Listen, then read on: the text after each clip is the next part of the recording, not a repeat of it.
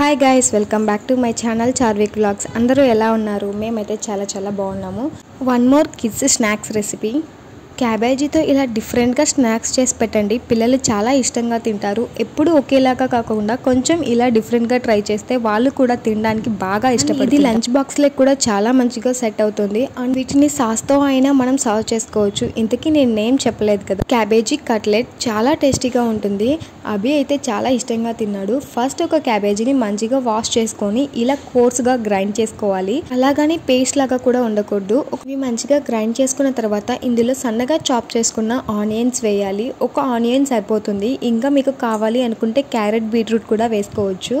And కొంచెం salt టేస్ట్కి తగ్గట్టు, హాఫ్ స్పూన్ టర్మరిక్ అండ్ కొంచెం ధనియాల పొడి, ఇంకొంచెం గరం మసాలా వేస్తే చాలు. చాలా టేస్టీగా ఉంటుంది.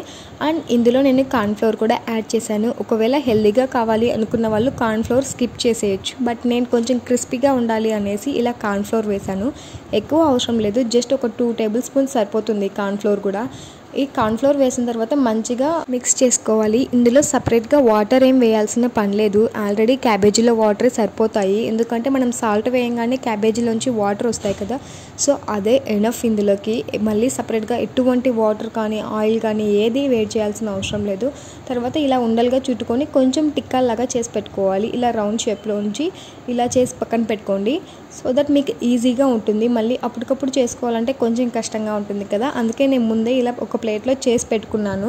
ఇలా ఆ స్టఫ్తో మొత్తం ఇలా టిక్కాల్లాగా చేసి పక్కన పెట్టి తర్వాత ఒక ప్యాన్ పెట్టి అందులో లైట్గా ఆయిల్ వేసుకోవాలి. వీటిని వడల్లాగా అయినా చేసుకోవచ్చు, బట్ ఇలా చేస్తే కొంచెం టేస్టీగా ఉంటుంది అనేసి నేను ఇలా చేస్తున్నాను.